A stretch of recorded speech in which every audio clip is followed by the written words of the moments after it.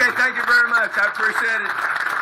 I appreciate it. Never get introduced by somebody who you signed their paycheck. You know, it gets really embarrassing. But, Mr. Secretary, thank you very much. I very much appreciate your warm welcome and your leadership in getting us to today. And I think it's evidenced by the fact that we've got so many leaders in both parties, from our federal representatives, Congressman Conley and Congressman Whitman, our Speaker of the House, leaders from both the House and the Senate that are here with us today representing Fairfax and Prince William and all of the region, our leaders from local government, Chairwoman Bulova and Chairman Conley and others that are here. I want to say thank you because it really took a team effort of everybody involved, our leaders on the CTB that are here, not only the Secretary, but our head of our VDOT, Greg Worley, and so many of you are here that had some hand in this project, and for that I want to say how grateful I am. These kinds of mega projects, billion-dollar projects like the one we're talking about today, don't happen without immense cooperation over an extended period of time. I think we've been talking about this one for at least 8 years as a public-private partnership, and many years before that. Sean was the exit up. I was 2 exits up. The one going to Route 1 and Fort Belvoir is the one I took all the time growing up in Senator Fuller's district right by Mount Vernon as a young kid, and remember this trek many times from Point South back home. As Attorney General and Governor, I think I am maybe the largest frequent flyer up and down 95. So those of you that have sat in traffic, I feel your pain because I've been in it a few times myself, and so I think this is a terrific accomplishment, and the fact that the dirt will turn not only today but starting in earnest tomorrow, I think is a commitment to how fast we want to see progress happen. I want to say thanks especially to our friends from Flora and Transurban. It's a great group, significant public-private partners who've already proven their mettle with the HOV lanes on 495. That network from Tyson's to the Mixing Bowl is getting done. But that doesn't make any sense without the next piece, and that is from the Mixing Bowl south to Stafford, Mr. Speaker, to your district. And so I'm really happy to be here to kick this off formally, and I want to say thanks to all of you that have had a hand in it. And I know there will be multiple people following me after we turn a little dirt to give their perspective on this project, and to all those who speak, I want to say thanks for what they're doing. It does take significant partnerships to make this kind of project happen, and the fact that we're going to have in a little over 2 years goods being moved up here in a much more efficient and timely and productive way, I think is terrific. It's not just about traffic congestion relief that we're here about, but it's about getting small businesses to be more productive. It's about parents spending more time with their kids. It's about tourists coming to Virginia in bigger ways because they won't have to face the traffic congestion in and around D.C. There are a number of real quality of life benefits to having this project done on time. I'm delighted that we're able to use our scarce transportation resources in such a productive way. We've had many projects that we've gotten done over the last couple of years by using the Public-Private Transportation Act. It's been something that's been around now for about 17 years. We've not utilized it as much, especially for these mega projects, and over these last few years, you see from those hot lanes on 495 to some bridge tunnel projects in Hampton Roads to now this project today. We're going to leverage our resources at the state level to build more of these mega projects and add more value for our citizens. The Commonwealth's investing about $71 million in this project, but the private sector is coming up with most of the remaining $800 million that it takes to get this project done. It's about 29 miles from the Mixing Bowl south to Staffordville, to Stafford to Garrisonville, I guess is actually the right. It's my sister's exit, I might add, so all of my family's going to benefit from this project, I would say. But there's a lot of positive things that will come out of this, and I want to say, Greg, your office and that new office of the PPTA that we put together a couple of years ago is now reaping a lot of dividends because of all the new PPTA projects that we've been able to put together.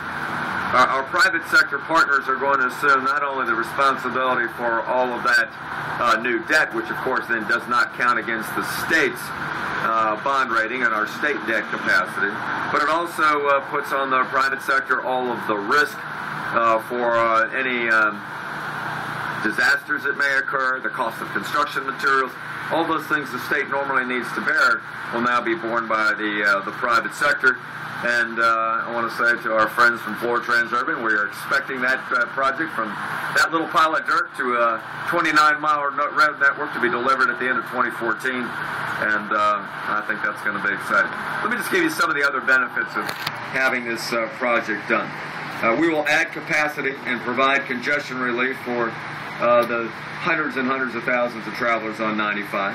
We'll provide travelers with an option of using these new hot lanes. Buses, public transportation assets will be free.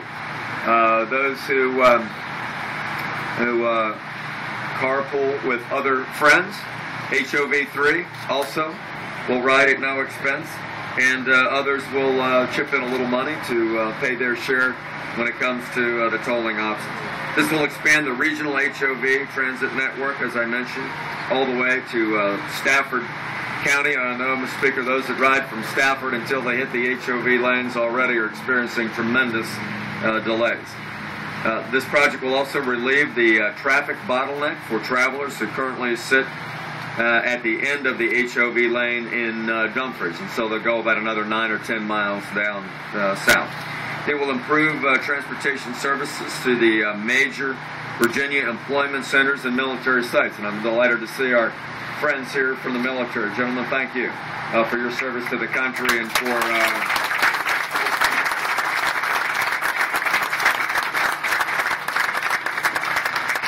what you do to lead other men and women in uniform, and getting them to work a little faster so they can train a little harder, I think will be good as well. It will complete a seamless network linking the 495 hot lanes with these new 95 hot lanes, and so from Tyson's corner to the mixing bowl now, we will be able to have a seamless HOV road network. VDOT, in addition to the road networks, though, will also be able to provide thousands of new park and ride lots to maximize this new road network, which means, again, fewer vehicles and less congestion on this entire road network. Now, many of you are familiar with that study that Dr. Stephen Fuller did, the professor from George Mason University, and he cataloged some of the economic benefits. Now, this is obviously about transportation relief and quality of life, but there's a real significant economic development benefit from this project. And let me just remind you about what some of those are, since, as you know, we talk a lot about jobs and economic development in our state, and this is going to have a major benefit over these next 2.5 years. The project will support nearly 12,600 jobs and generate $1.54 billion in economic activity along this corridor. The benefits will particularly be realized in the communities along I-95, 2,500 jobs in Fairfax County, 2,600 jobs in Prince William County, and 900 jobs in Stafford County.